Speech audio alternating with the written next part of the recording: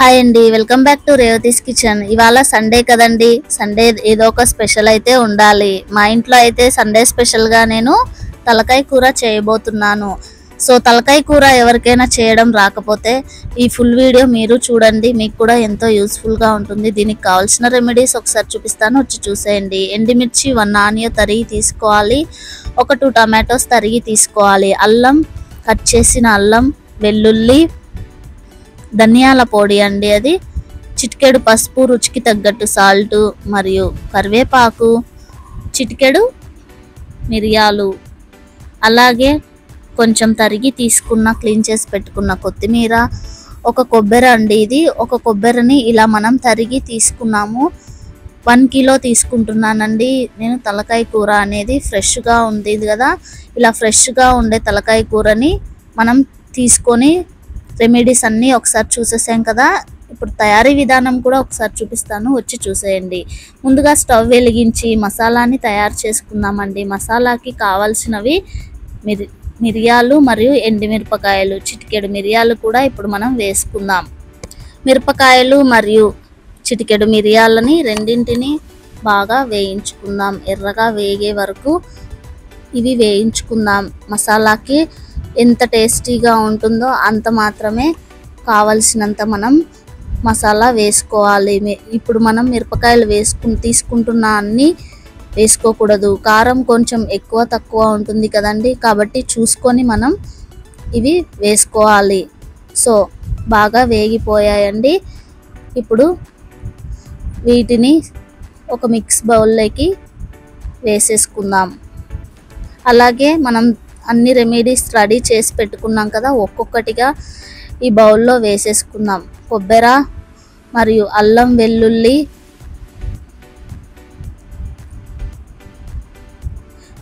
వేసుకున్నాం కదండి. ఇప్పుడు రుచికి తగ్గట్టు కొంచెం ఉప్పు కూడా తీసుకున్నాం. ఇంతేనండి, మూత పెట్టేసుకొని ఒక్కసారి దీన్ని గ్రైండ్ చేసుకుందాం.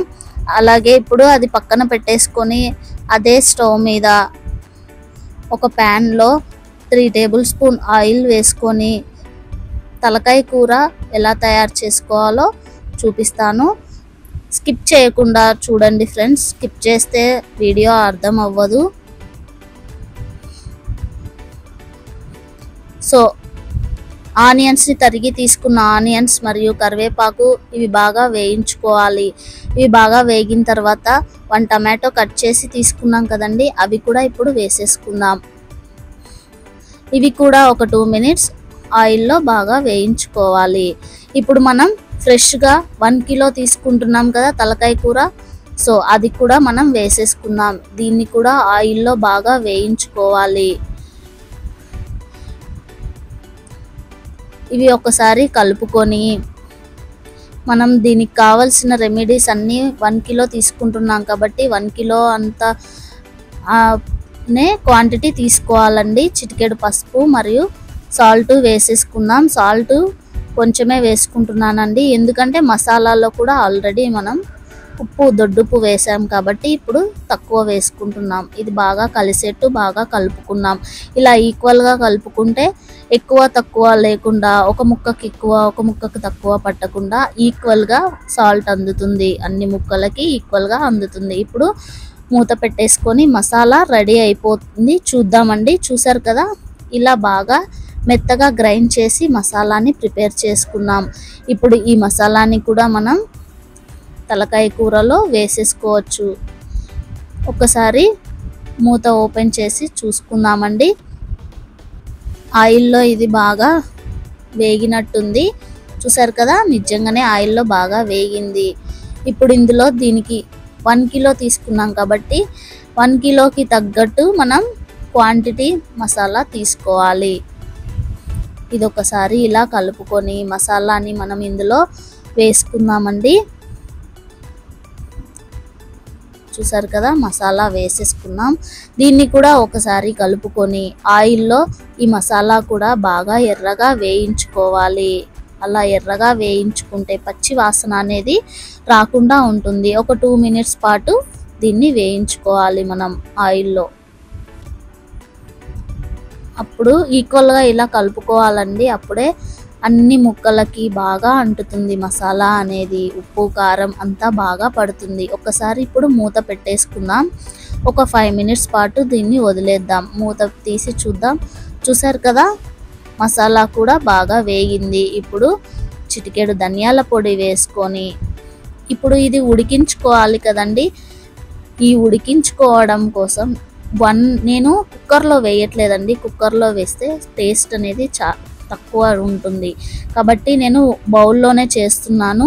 బౌల్లో ఇది ఉడకడం కోసం ఒక 1 చెంబు అండి, 1 చెంబు వాటర్ క్వాంటిటీని తీసుకుంటున్నాను. 1 కిలోకి 1 చెంబు వాటర్ క్వాంటిటీని తీసుకుంటున్నాను. సో మీరు ఎంత తీసుకుంటారో తలకాయ కూర దానికి తగ్గట్టు వాటర్ క్వాంటిటీని మీరు వేసుకోండి. ఇప్పుడు మూత పెట్టుకొని బాగా ఉడికించుకోవాలి. ఒక 15 మినిట్స్ పాటు ఇది బాగా ఉడికితే సరిపోతుంది. కర్రీ అనేది ఆల్మోస్ట్ రెడీ అయిపోతుంది. చూసారు కదా, బాగా ఉడికిపోయింది. ముక్కలన్నీ కూడా ఉడికినట్టే ఉన్నాయి. ఒక 2 మినిట్స్లో అయిపోతుంది. ఇప్పుడు ఇందులో మిగిలిన ధనియాల పొడి కూడా మనం వేసుకొని, చూసారు కదా, చాలా స్పైసీగా చాలా స్మెల్ బాగా వస్తుందండి. ముక్కకంతా మసాలా బాగా వంటింది కాబట్టి ఇంకొక 2 మినిట్స్ చిక్కబడడం కోసం మనం ఒక 2 మినిట్స్ అలా వదిలేద్దాం.